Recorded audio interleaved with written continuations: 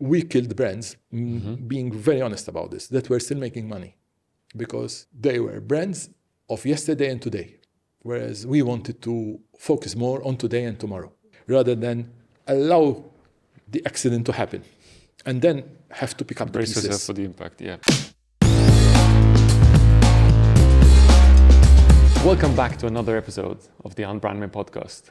Jess, this has been a long time coming. We've been talking about this for a while. I finally convinced you to do it. It's been in the pipeline, I think, for over a year now. And considering you have such a low profile, you avoid the media, ironically like the plague. Ironically, I have a low profile. But if I had to be honest, I told you, I think within 2 minutes that I would come. Last year was a very, very busy year for us for many reasons. We moved offices. We had to do our offices from scratch. And I moved house as well. We had to do our house completely from scratch as well. So the combination of the two with a couple of other projects and running the company took its toll. Yeah, for sure. I think we're exactly at the right place at the right time because you've obviously had, built a lot of stories to tell, and we're going to be talking about them. Jess, you're a son, a husband, an investor, an entrepreneur, a publisher, a lover of travel and fine wine and food, and the joint managing director of Content House, which you co-founded with your partner, now wife, Isabelle, in 2004. Content House is Malta's leading online media publisher. A number of titles in a number of niches. But if you were to introduce yourself to me without mentioning your occupation, where you're from, where you grew up, your hobbies, your passions, religion, and all the other superficial markers. Without, you mean? Without all these superficial markers that we give ourselves in our day-to-day lives, how would you describe yourself? I would describe myself as a 50-year-old normal guy. Probably my friends would disagree that I'm normal, but anyway. I'll ask your friends later. You know some of them. No, I consider myself as a normal guy, ordinary guy. You told me not to mention where I come from, but I was born and raised in Balzonetta. You know where Balzonetta is? No. Balzonetta is part of Floriana. Okay. Where there is Argotti and the Curia and the police depot and so I was born at home, which was not common for my generation. In fact, I have 2 brothers and a sister that are considerably older, and they were born at Blue Sisters at the time. So I don't know. My mother decided to change things up a little. And I was raised in Floriana, which I enjoyed a lot because it was a simple life, very, very modest background, simple life. But Floriana was interesting because, and I still have a connection to the place, because it's very urban, obviously, close to Valletta, etc. But it has a lot of gardens, some of which I am sure 90% of the population don't even know about. They have beautiful gardens. Yeah, you're right. And my childhood was like there and Fossos and Sharat Al-Furiana out. You pretty much saw everything that was happening. If you were close to the Curia, close to the central police headquarters, Fossos, where everything used to happen. We saw, heard. Our house was opposite the depot. Oh wow! So. It takes a different view on life watching. We witnessed the incidents, let's put it that way, that happened. And it was a motivator for us later on to decide to even move from there. Right. But still, I wouldn't say that this has tempered or skewed my view on the place. So as a person, I'm like a coin, I think, which means I have 2 sides. I can be very, very different. So end of spectrums, I can be very calm and I can be very intense. I can be relaxed and I can be... What brings the different side of the coin to the table? Is it circumstances? Is it the people you're with? Circumstances, yes, I think. For instance, if I'm very rational. So I'm faced with an irrational situation, I can lose it. Okay. Not in a, but it can change my mood. So I'm very Mediterranean, so I'm very blunt. That I know. Sometimes I've been accused of not having any filters at all. And I try to improve on that as well, because, to be honest, it's good to be blunt, but it's good to have some filters on as well. And I honestly try to work on... We work with brands in media, and all the time you try to make a brand better, no? And we have to try and make ourselves better as well. So I work a lot on myself to try and launch a better version of myself every day. It's true. I think over the years I tried to work on myself, also to improve certain aspects which were hindering me. For instance, when you launch a company like ours, and you see, we launched in 2004. There was a peak at the time in the magazine industry. Yeah. But soon after, I would say 2008, 2009, there was a decline. And a lot of companies collapsed and continue to collapse. I would say all our, if you had to call them competitors, collapsed in the magazine industry. Yeah, we're going to get into that, in fact. So when you are faced with reality, it's easy to start worrying, even when you have hard facts to convince yourself not to have to worry. And even on that aspect, I worked a lot on myself today. On the worrying side? On worrying for nothing. Which I think is a reality of many entrepreneurs that we meet on this podcast. Yeah, especially in the first years. Of course. When you don't have backups. Yeah. Then if you're wise and lucky and made in a certain way, you try and create a lot of backups, both absolutely. Professionally and personally. But until you arrive at that point, proof point. Yes, and there is also pride involved, which probably is an issue as well. Sometimes it's a good motivator as well. Yeah. Jess, let's go back to your early story. You were a journalist. What made you fall in love with journalism? And just take us back to those early days, more than 20 years ago now, when you started journalism with one of the biggest media houses on the island of the time. I didn't start with the Times, huh? All right, okay. No. So, what made you fall in love with journalism? When did you decide you wanted to be a journalist? I tell you this story. So, as a job, full-time or profession, I never worked in anything. I do a lot of, on the side, property-related investments, etc. So property has been there for the past 20 plus years. But that's a side gig which I enjoy, and it makes a difference as well. Of course. But aside from that, I've only worked in media. So even part-time or when I was a student, I only worked in media. Radio, TV, newspapers, magazines, online. Radio as well? Yes, for a long time. So how it started, I had finished my levels.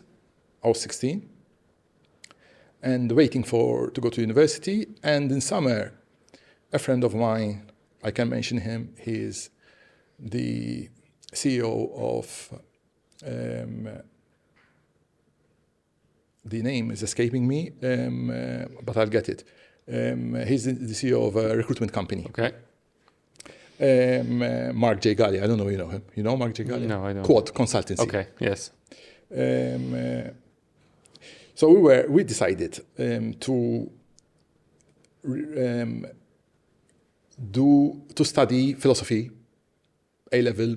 I already had my A-levels, but we decided in summer to do something. And I remember we're going to private tuition in Floriana, and we used to walk to Valletta then and have a drink at one of the kiosks near the bus terminus. Of course.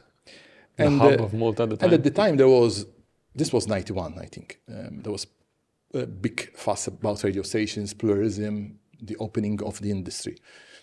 And I remember once Mark told me Godfrey Grima, the late Godfrey Grima, and his brother Joe had started the first talk station in Malta, Radio 1 Live, and which was housed in Floriana.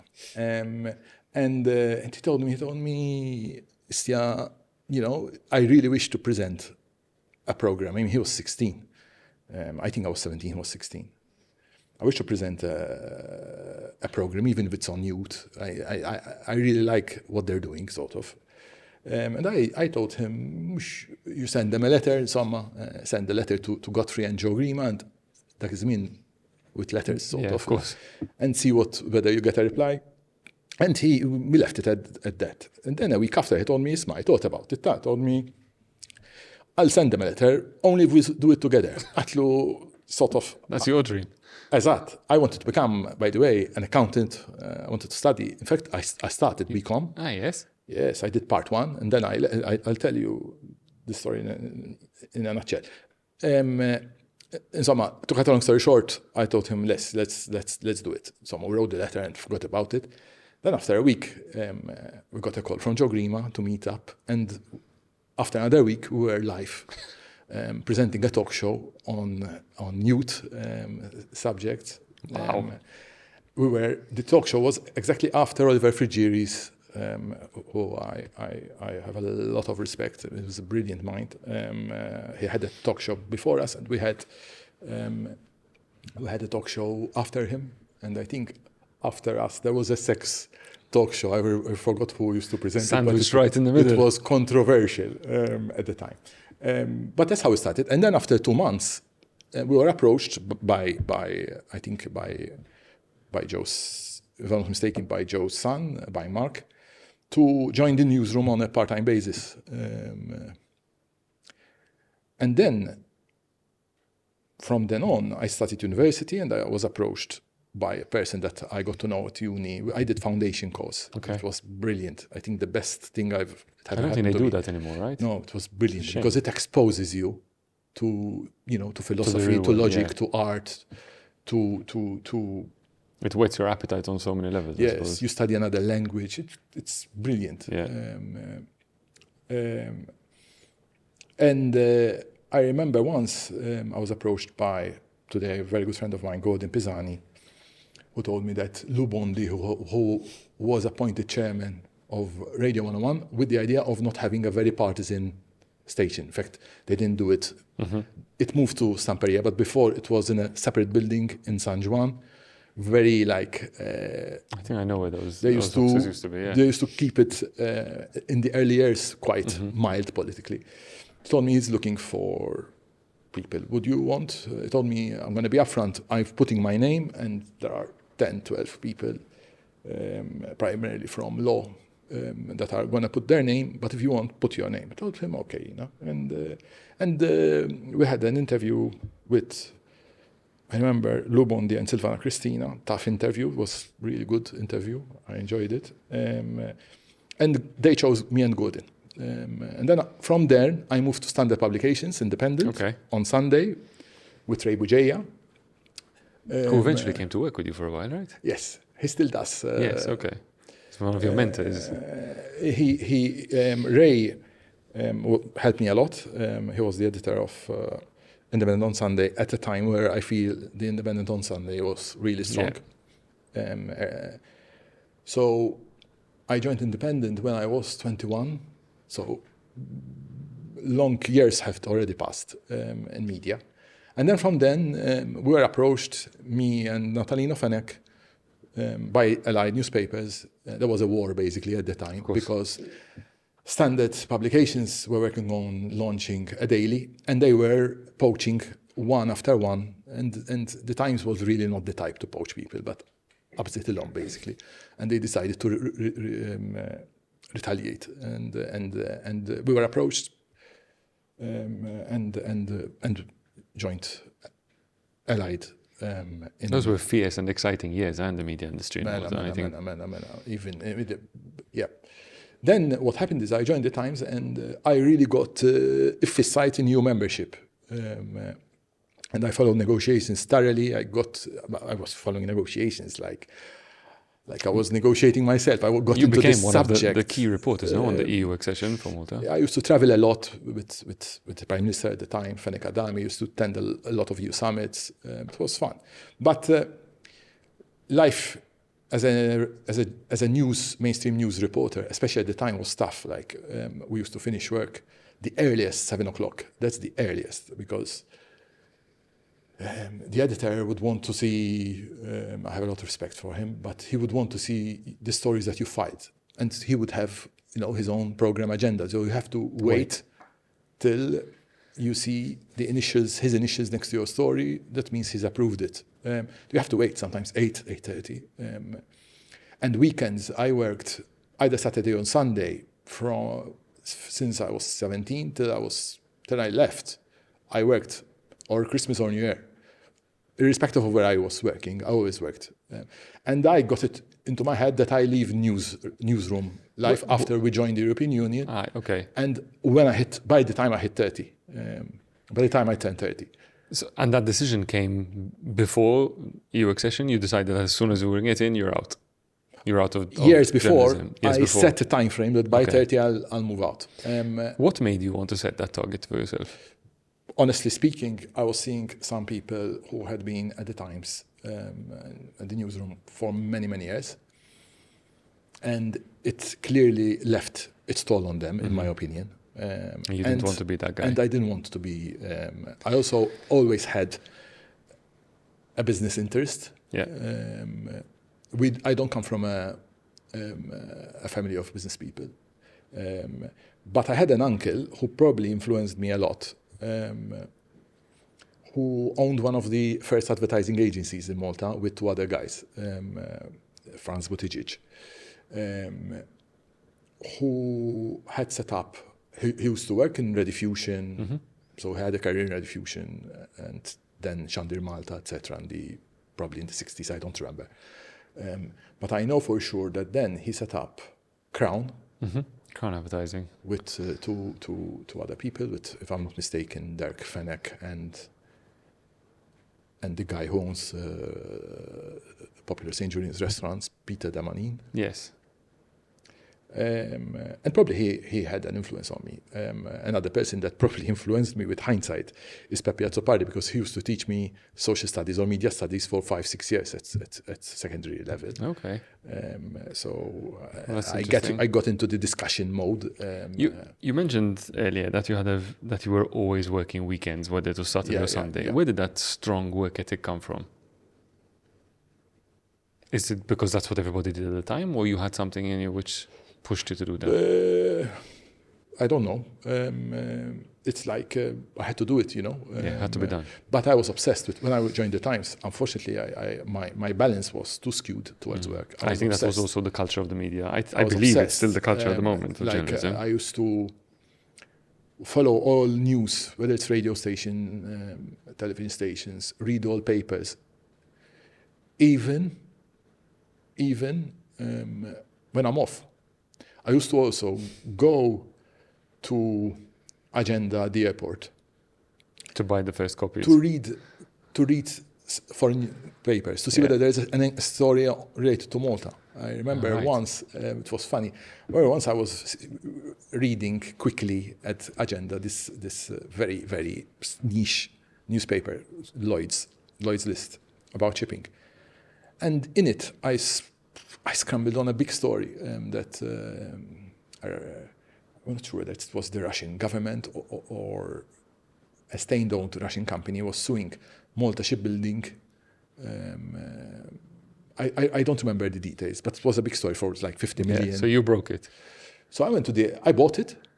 I bought Lloyd's List, went to the editor, and he told me, but someone must have given you this story. Jesmond, he told me, I'm not naive, I told him, honestly, I go there. And then the funny thing is that the day after I went to my desk, and I found Lloyd's List on the desk. test. He told me, I don't know anything about it. Down to the editor, told me, I asked management to subscribe it, to subscribe you. So I was a bit obsessed. I was a bit obsessed. I was also, I had to be very candid. I was obsessed even with having a story. It's like, I ended up like a striker. I want to score goals. For me, the goals were making it to the front page. Right. So I was obsessed with having a front page story.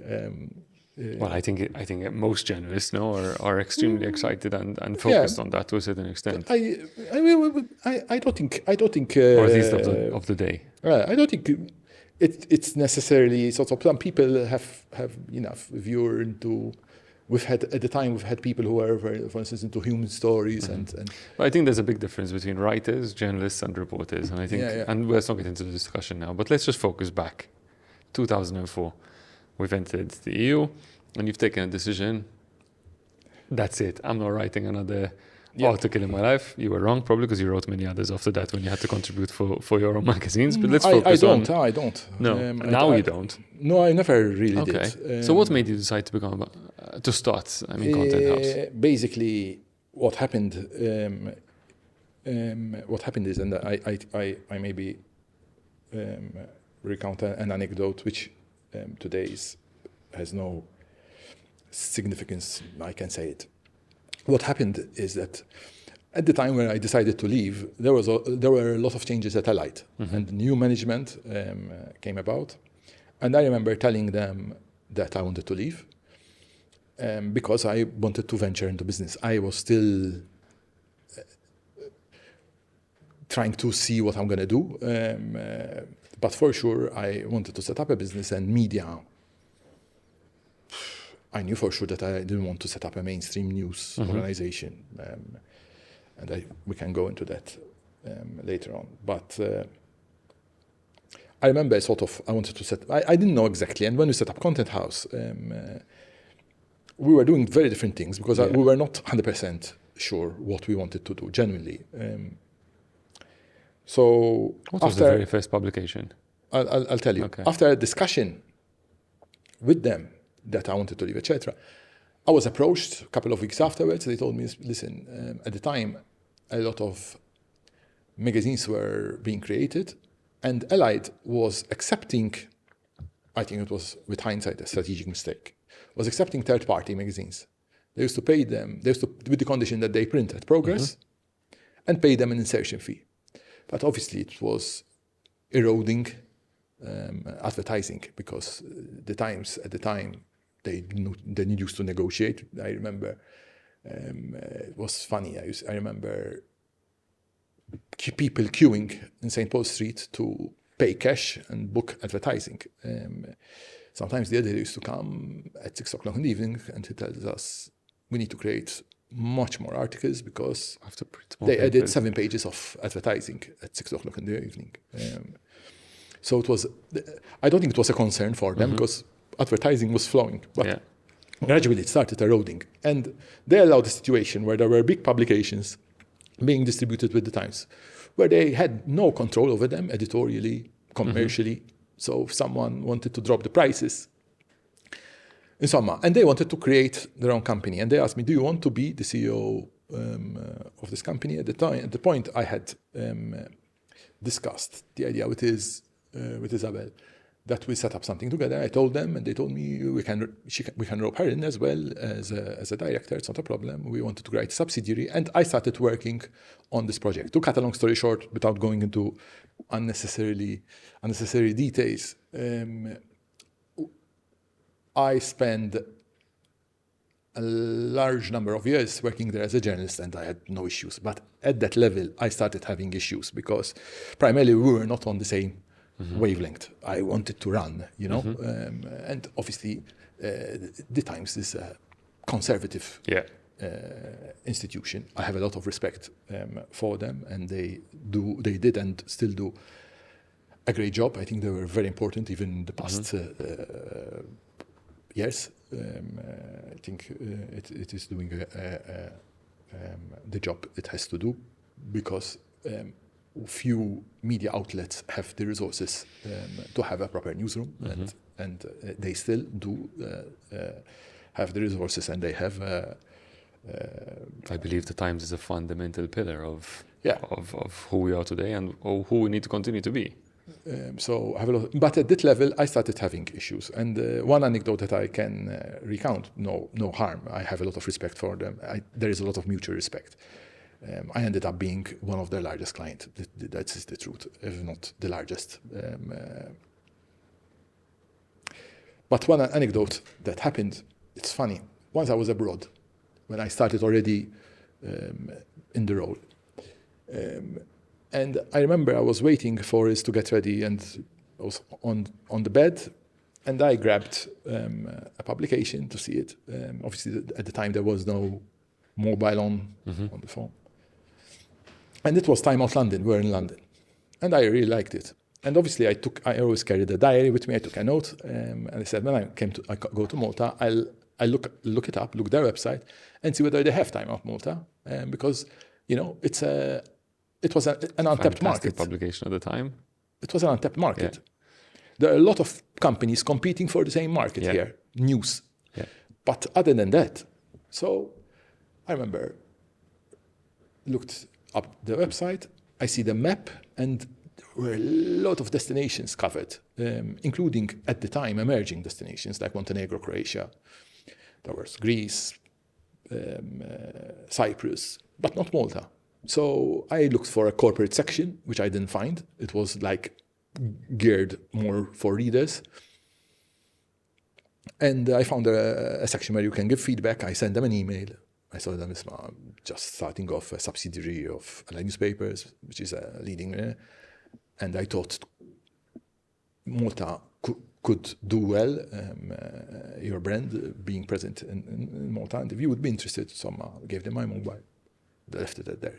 A few days after, received a call from the managing director, and he told me, you don't believe it, but we've been mentioning Malta in our board meetings, but we haven't found the right partner. He told me because what we do is we set up companies ourselves in core markets like New York, Paris, London, but in markets where we see potential, but we don't consider them core, we team up with a local media company. He told me, so can you come up? And I remember we were going to London for New Year's Eve with some friends, and I told him, listen, I'm coming to London. I don't know where they're going to be. He told me I'm not going to be there at the time, but if you stretch it a bit, we'll meet. And then I was so excited, went to tell your friends upstairs, and one of them in particular, assolutamente. No. Shooted down the idea because it's a conflicting brand, Times of Malta, just couldn't see it. And so slowly, there were many other reasons, but slowly, I started to say, let's do something, take the plunge, and do something ourselves, have the freedom. And, I was 29, Isabelle was 27, I think, so very young, but... So then we had a big decision on our plate. Do we tell Time Out that we've left? So I asked a friend of mine who was a designer recently when I was moving house, I found the paper with the different options for the name of the company. Oh, wow. And someone which chose the name, and I asked a friend of mine who was a designer to do a quick job. Went to Xerox at the time, printed business cards, digital scissors, and then there was a discussion between me and this whether we should tell them that we're not. And I decided not to. I didn't want to, not because I wanted to be like unethical. I was sure that the first thing I will do when I meet them is to tell them. But I thought I'll have Get yourself in the door first. I have a greater chance to convince them if I meet them. And that's what we did. He was fine with it. I remember had a big building in, I think, Tottenham Court, seeing London underneath you.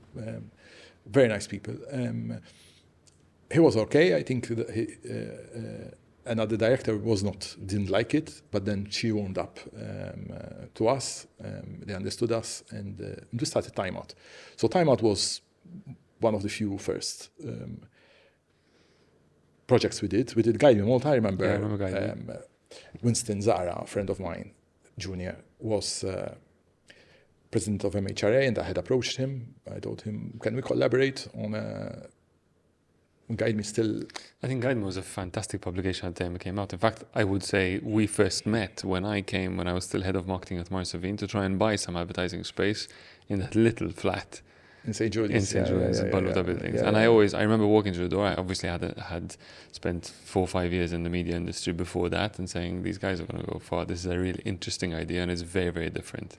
So I remember Winston being very honest, told me, Jess, you know how many publications there was a lot coming and going. But the quality 1 year, was 2 high. years. But we tried it. And another product that we launched fairly quickly, when I was still at Allied, we were approached by the Chamber of Commerce. Yeah.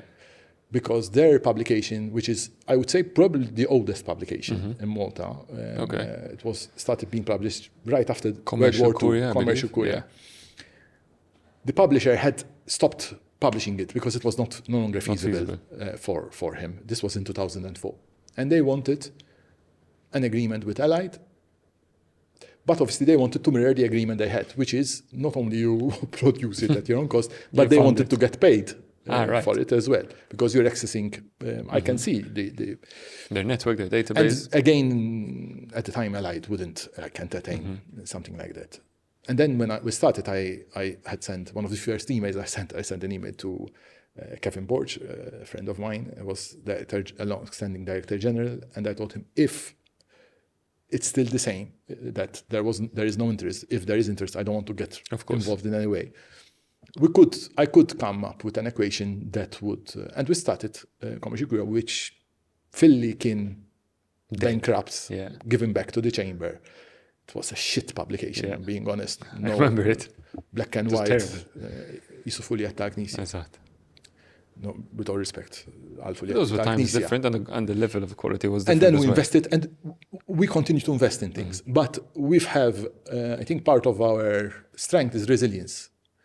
We've taken projects that were on the floor, like Commercial Courier, like Guida magazine, and we turned them around with a lot of hard work, perseverance, resilience, and stubbornness. Over the last 20 years, what milestones would you be most proud of?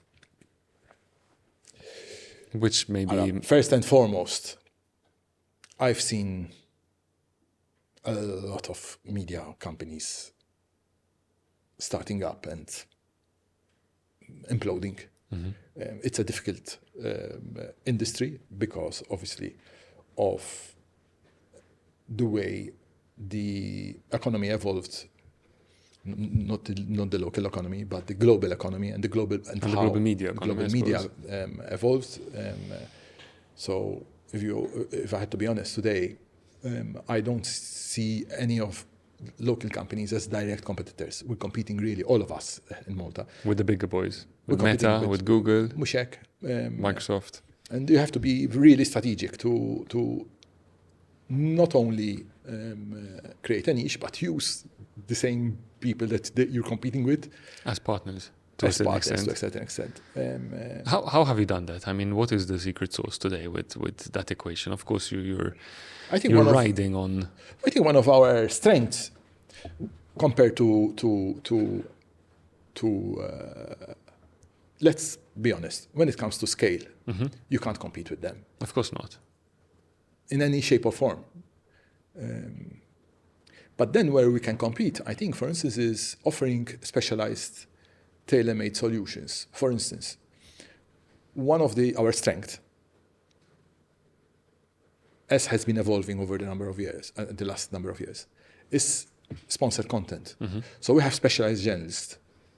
We're building, it's already there, but I still think it's work in progress. We're building, I would say, the first proper business newsroom in Malta. We have many brands in the online business industry.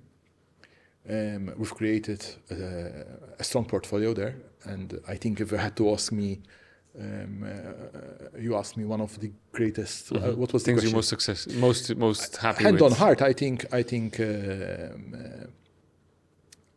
up to 2019, 75% of our turnover was coming from print still.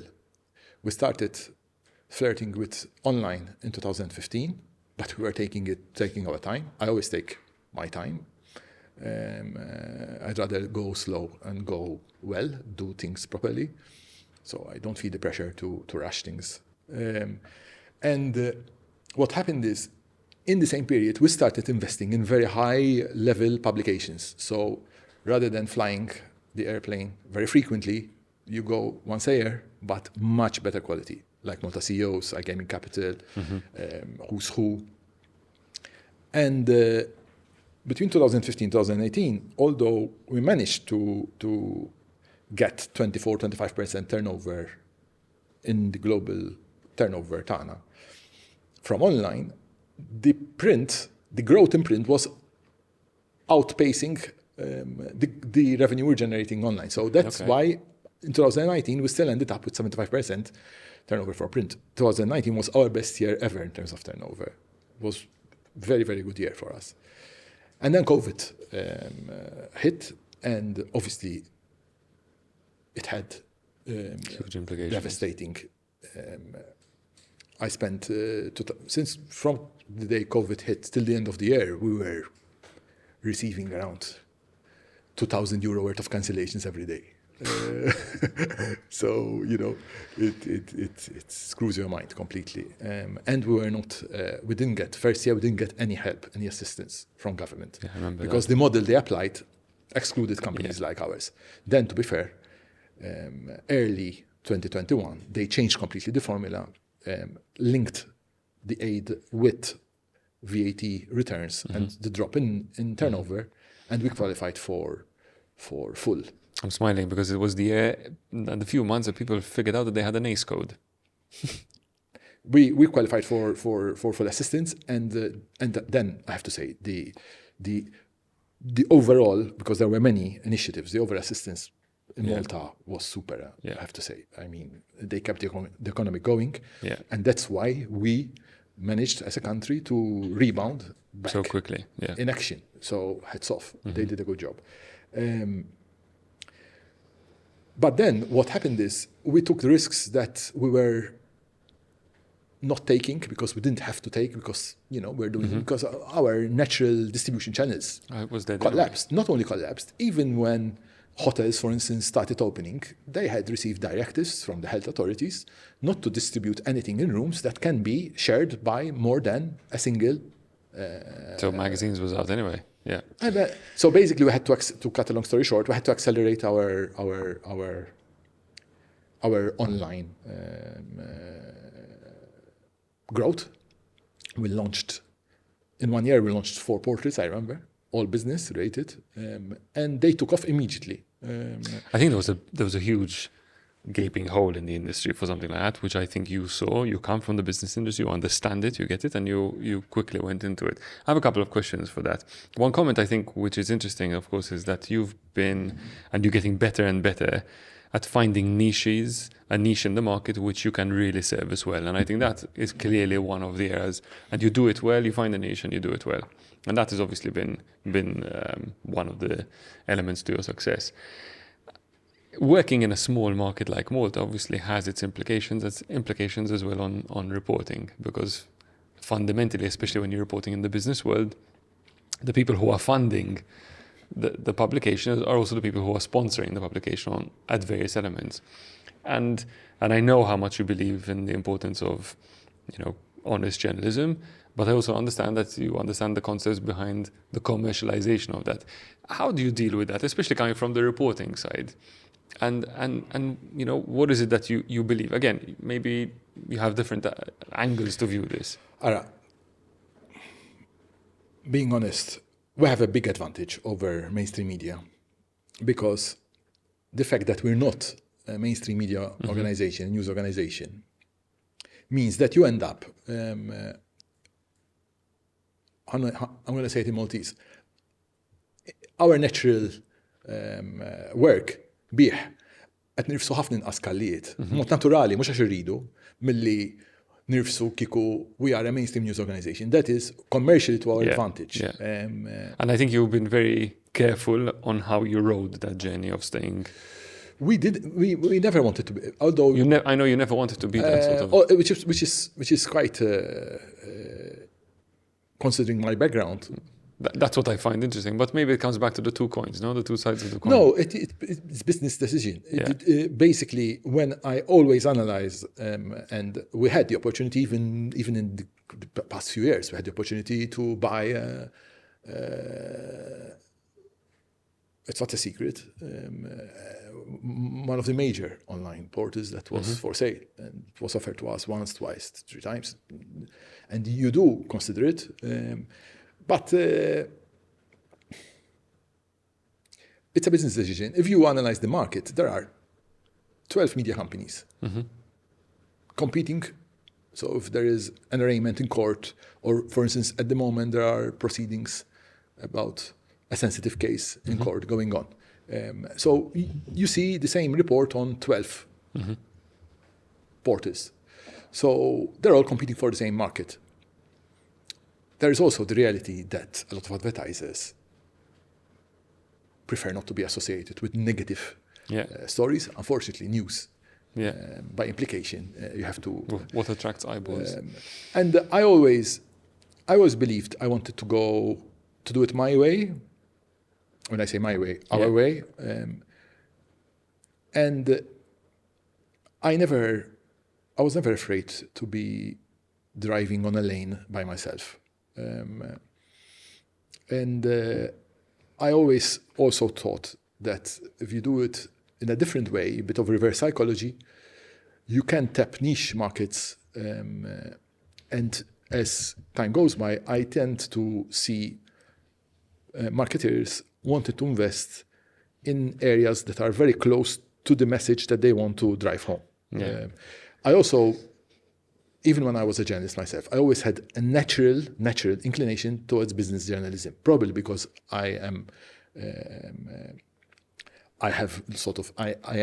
business-minded. I am I work with figures all the time. Even if I'm speaking casually to you, I started saying 30% or 40%. Yeah, that first year in BCom served you well.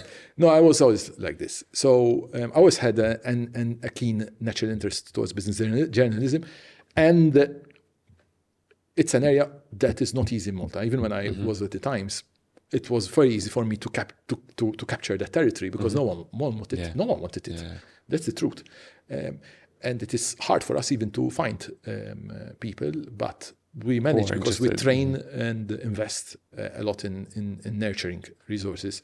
And I have to say, what we did with brands like Who's Who.mt and Malta CEOs makes me proud because like the Who's Who has exploded. Even if you see our reach in terms of statistics, how much people we're reaching every month through the portal and through our socials on LinkedIn, on Facebook, on Instagram, it's impressive. You're definitely a numbers guy. I've had discussions with you before, and you're clearly a numbers guy. What are the numbers telling you with regards to where media is going? And also, you've done your first digital transformation from moving from publishing to print, to web. There's a lot and a big future, obviously, now in video, in audiovisual, in podcasts. Where does the future? What are the numbers telling you? Just a side note, because I didn't reply directly to your question. Although we're not a mainstream news organization, and ergo, I told you, nirsun askan li mod naturali. If our journalists are writing a story and we get these, threatens us to nibatom ixxejru, mux għal darba, because there's basic fundamentals that I feel. As long as I get before namelek, I study, I see whether we're being fair. Yeah. If I see that if there were occasions where I think we were not fair and we amended our ways, but when it's a legit case, a few months ago we had last year we had an instance where we cover a lot of financial news related to So basically, if you are a listed company, you are you've issued either a bond or even equity. If there was an IPO, etc., then you are obliged to submit to your shareholders, stock exchange, any movement you make. And I remember one of the companies, which was not a well-known company, was going to issue a new bond issue, a 20 million bond issue. And one of our journalists, the name was so not familiar, that digged to see sort of what the company really stands for. Yeah. Mm-hmm. And there was a very big, well-known developer behind this company. And they just did, it was nothing. They just did sort of, this company is using a bond issued, and the main shareholder of this company is X and Y. Jesus Christ. We got a lot of flack. Yeah, blackmailing. Oh, I'm not going to cut. I have campaigns. Sorry. You're hiding your shareholder. And what's the point? Some people might want to invest because there is this guy this big shareholder involved in, and somehow we ignore them. Mm-hmm. Then you asked me about, yes, I think now... where is the media going? The media is obviously, because of the social media reality, you're always walking, it's always a fine line between doing very well or not doing very well. So you have to really keep on it. I am obsessed with keeping tabs on cost. You have to make sure that whatever you're launching is sustainable. I could do many more things than what we're currently doing, but they have to pass a rigid test of sustainability. Yeah. Because you can be, you can feed your ego and launch certain things like we've seen other media companies do over the past years, and then you realize that it's not sustainable. Mm-hmm. It's not sustainable. Could be not sustainable on many levels. Could be sustainable from a resources point of view. Mm-hmm. There aren't the right resources at the moment in Malta to sustain that.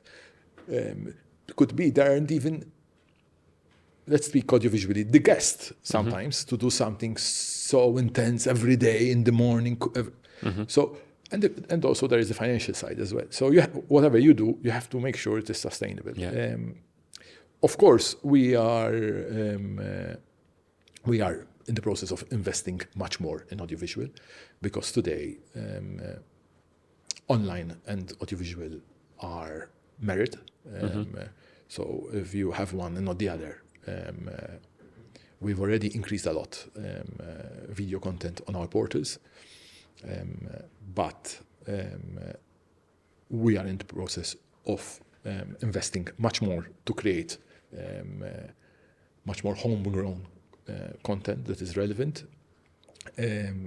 With it, we are producing a podcast, mainstream podcast on Guida, which is Kallimni, which Melanie Kalini presents, which has done extremely well.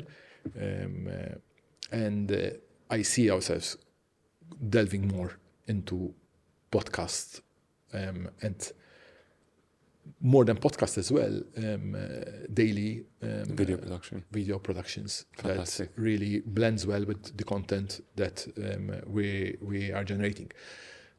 I also think one of the things why we do relatively well is that we listen a lot to what our clients and people are saying.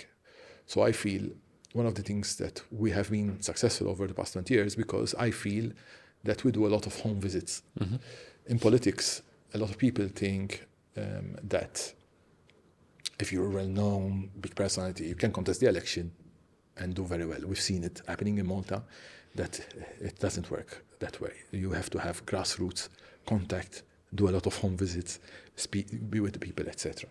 And on a business level, I use the same metaphor. I feel we do that. So we speak every day, have a team of people that speak every day to a lot of companies, and we get a lot of feedback. Today we get the feedback in an informal way. Now we're trying to invest in technology that we even get to see the feedback when we need to in real time. Fantastic. But on that feedback, in the past year, over the past 20 years, has helped us a lot. shape who we are. So you need to have the courage to sometimes we killed brands, being very honest about this, that were still making money because they were brands of yesterday and today, whereas we wanted to focus more on today and tomorrow. There were brands, let me mention two examples. Style magazine. It was very, very popular with the Sunday Times. It was a fantastic magazine at the time, I remember. Joe Caruana, used to edit that. Joe Caruana used to do a great job. Yeah. Joe Caruana used to do a great job. It was a very elevated publication. Sunday Times. Sunday Times was like the best of the best, and it was a thick publication, a lot of revenue, etc. When we decided to move away, because we were seeing the signs, trends, and I prefer to stop something where it's still generating revenue, to focus on an area where I feel it can yield me more, rather than allow the accident to happen and then have to pick up the pieces. Brace yourself for the impact, We did the same when we were going to start Callimni, the podcast of Guida. We were still producing Guida magazine. We bought Guida around 15 years ago. Sorry about that. We bought... You bought Guida 15 years ago? Around 15 years ago, and we invested a lot in it. And it remained popular. We also were giving a lot of cash, doing a lot of cash competitions. We used to give out, around 6,000 euro a year in cash competitions. And sales were, copy sales, rather than decreasing, were increasing. Yes. But then when we killed it, speaking honestly, the money that we used to receive from copy sales was enough still to cover printing, distribution, design, and remains profitable. That is excluding advertising revenue. But then, hand on heart, it was a real big beast. We were getting a reputation because you have to close an edition in 4 days. Of course. Between Monday and Thursday. Did you get much hate mail when you stopped it? We got a lot of, like when we stopped Style, that kind of niche level, you don't get any feedback. But when we stopped, we spent a year, I think, receiving people were, because it was a really grassroots. It was an integral part of every station is. But just to give you an example, to close all the advertising, revenue-wise, we used to make around 30 transactions a week. Even operationally, sales, they used to stress a lot on it. Today, on Guida Online, the following on Guida has exploded. It's what it is, in the sense that it's a very raw. Well, I think you took you took something which was already working well and you turned it into something which is working greatly, online. But changed it more completely. Completely, because Guida publication was a conservative one. It was a TV guide. A conservative TV guide. Let's not forget that it was owned by state television, by rediffusion, by the government. And Guida today is more like, I wouldn't call it a tabloid, but... It is, to a certain extent, a local tabloid. But basically, in terms of business transactions, today, with 1 or 2 sales online, we cover the 30 sales we used to do on print. So, although it was profitable, we had to start focusing much more on online video productions, etc. And also, from a perception now let's face it, perception is important. Unfortunately, sometimes one of the problems I encounter with marketeers, decision makers, is that they base their decisions not on what really works for their audiences or their clients, but on what they personally like to... It's sometimes a fundamental mistake that a lot of marketers do, to think that they are the audience when they're not. I see it. For instance, let me be honest. If I compare who's who, it's huge. So I don't mention third-party brands. I mention our brands. Who's who in the B2B market is up there.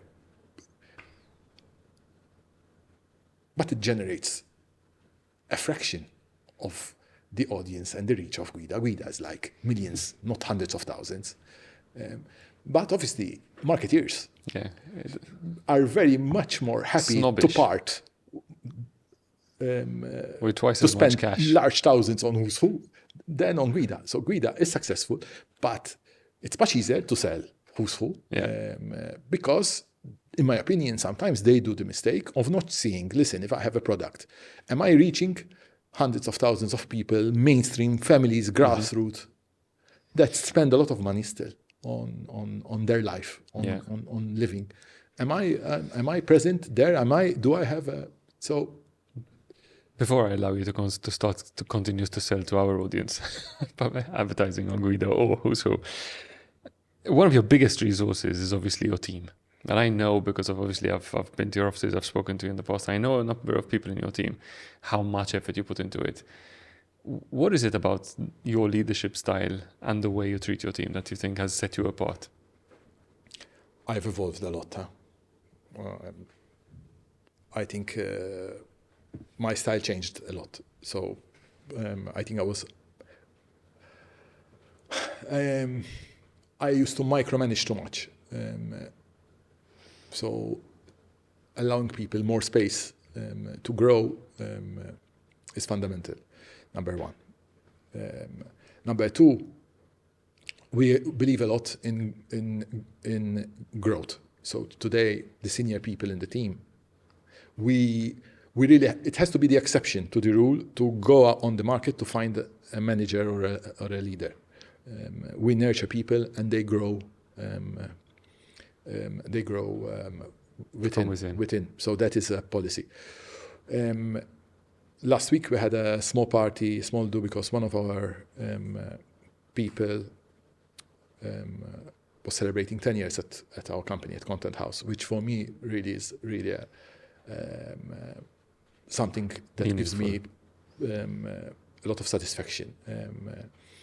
And I think next month we also have another one of 10 years, celebrating 10 years. And last year we had another one of 10 years, and the year before we had another one. So although in COVID we lost a lot of people, which, let's face it, I am always very honest. You need renewal as well. Mm-hmm. In business, I think renewal is very important, because employees have the choice to leave the company. You don't have the choice to change your team unless they leave. So some natural selection is always natural evolution is important. Mm-hmm. Is important. Really, I grew to understand that, because sometimes in the past, when someone leaves, you used to take it. You know how it is. It's a tragedy. But it's very, very important to see people growing in the team and being there 5 years, 6 years, 7 years, 10 years. And allowing them the space to grow, and allowing them to run the show concurrently with you. I don't feel I run the show. Me or is more than me, actually. Run the show ourselves. We run the show. We're in it. We're in it together. I think it really shows. And your employees treat it like this. And change. So if you tell me, what kind of person are you? Are you a stable kind of, do you look for stability or change? For me, I look for stability, but stability means constant change. So for me, lo net jimandix quit. It really, if I don't change, and 21 years now in the company. So I think the companies are recognizable. Mm-hmm. From a brand point of view, thanks to you guys, because you did an excellent job. Thanks for the plug. It's true, but because even from an identity point of view, and you know this, we've had, it wasn't our first attempt to rebrand, and we didn't manage. No. And you guys nailed it first time. But from a brand point of view, offices, brands, environment, who we are, we've evolved a lot, and I don't think we've evolved a lot and I stop there. We will keep evolving. One, because otherwise I don't see it, to be honest. Okay, you're a business person, but at one point we do it because we enjoy it, because otherwise I don't have to do it. Once we're on the subject of the 20 years, I think this is an important question, and it's going to be my last because we're actually over time, and I've just so locked into listening to what you're saying that I haven't even looked at the time. You've seen a number of companies start, succeed, rise, and fall, because obviously you've been reporting a lot about them as well over the last 20 years. In Malta, do you believe, and maybe globally, do you believe there is a strict pattern, or can you start to foretell when a company is about to close, or to start to go down the wrong route? What is it that makes Maltese businesses successful, or Maltese businesses start to fail?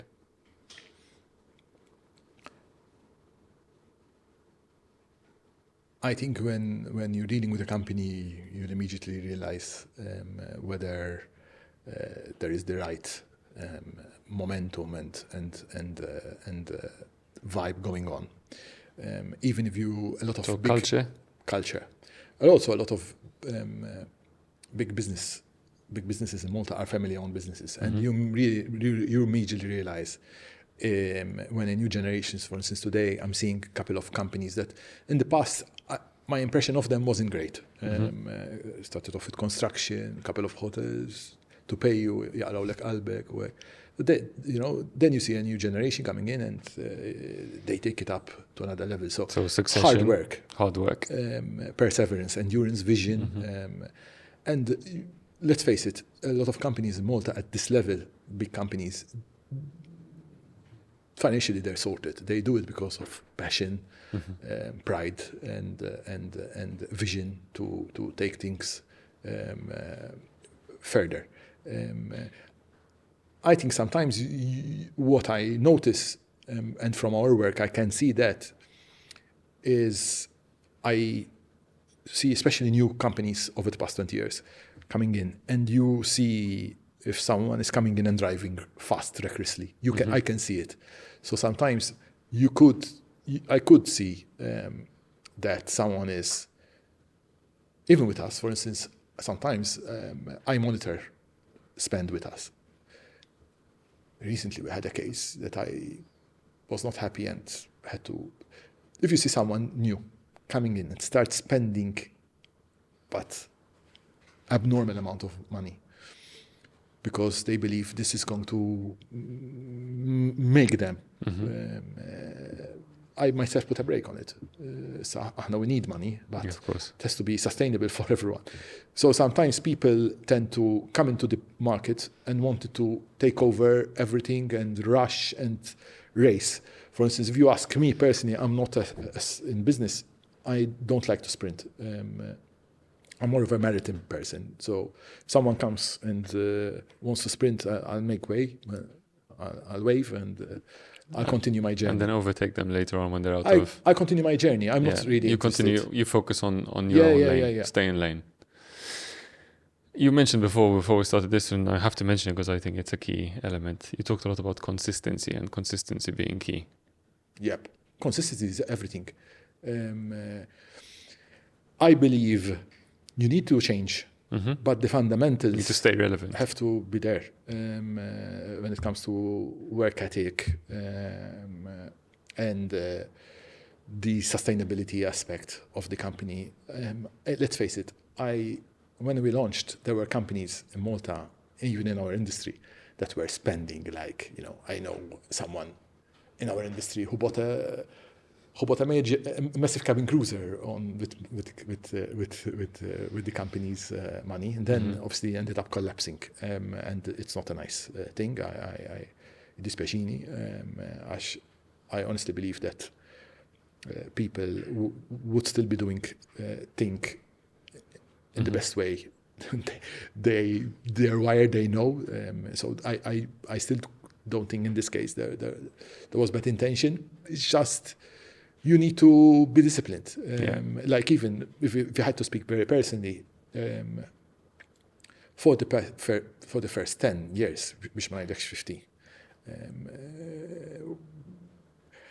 I used to treat the money's company and even the yield, the profits, with like, I used to keep reserves. In this sense, you have to be disciplined. Yeah. You have to be disciplined and not overdo it. And a lot of people sometimes you can see it. They overdo it very quickly. They. But on the other hand, I am seeing even family businesses becoming much more commercial minded and doing things the right way. Unfortunately, I feel our industry suffers a bit, and there is a reason why. And the reason is that the majority of media companies in Malta, and one of the reasons why I want to stay away from mainstream news, mainstream media, the majority of the media companies in Malta are owned by shareholders whose interest are not commercial. No, they're not commercially driven. They're not commercial organization. If you see the shareholding of the media companies in Malta, they're owned by trade unionists, church, political parties, foundations. Most of them are not commercially driven organizations. Are not state. Most of them are not commercially driven, and their commercial setup. In fact, I'm going to be honest, in terms of business development and sales, we don't recruit from the industry. I won't discriminate if someone's good, obviously it's good. But we don't like to poach. Never been our way of doing things, our style. But we don't really want to employ. Why? Because the commercial culture is so different to ours that it's not easy to find a fit. Whereas if you recruit people in business development and sales that are coming from commercially driven industries, so you're on the same wavelength on the business professional front, but you're not on the same wavelength because they don't know the industry, then they learn the industry. It's not rocket science. They learn it. If you're good, if you're switched on, if you're intelligent, if you're a networker, you will get to know our industry and connect. Something which we enjoy today is that the way our brands have evolved, we end up networking, and our people networking with a lot of leading CEOs, business leaders, decision makers, which makes it interesting. And it's a pity that the local media industry, I feel sometimes they pity themselves too much, if I had to be honest. They say the way it's evolving globally, it's unsustainable. There is a lot of talk wanting much more funding from the government, direct funding. The government spends money because it is, and its agencies, and because it's still in Malta, it still plays a very big part in the economy. So they spend money on advertising and on commercial deals. But personally speaking, if you have to ask me, I'm not in favor of direct funding, subsidies. I don't think it's good for democracy. But there is a lot of movement going in that direction. I don't think it's good for democracy, and I don't think it's healthy. No, it's not healthy for reporting, for sure. I don't think it's healthy. I think the industry needs to stop pitying itself and do something about it. I think that's a perfect place to stop. But before we go, one final question. I warned you it was coming. The soundtrack to your business life up till now. I'm sure there's loads ahead, but what's the soundtrack? If I had to mention one, I would mention Fix You, Coldplay. Because it's about endurance. It's about winning when grieving, when you're in difficulty. And it's funny because last year I watched Coldplay, and I watched Coldplay in not easy circumstances for myself because I was injured. I ruptured my ligaments and had to do a quick operation because if I did it quick, I could do a much more straightforward intervention. And I had to remove the plaster, the cast, on a Friday afternoon. On Sunday, I had to travel. And obviously, my surgeon, excellent surgeon, Mark Portelli, he's a super guy. He told me, you can make it, but you really have to promise yourself, you can't walk, basically, because it was just removed from plaster. You have to walk short distances. So it was quite, because when you watch a band like Coldplay in a foreign city, you want to be up on your feet. On your feet, it's not a joke. So I did it, but it's also you have in life, whatever you do, whether it's pleasure, whether it's work.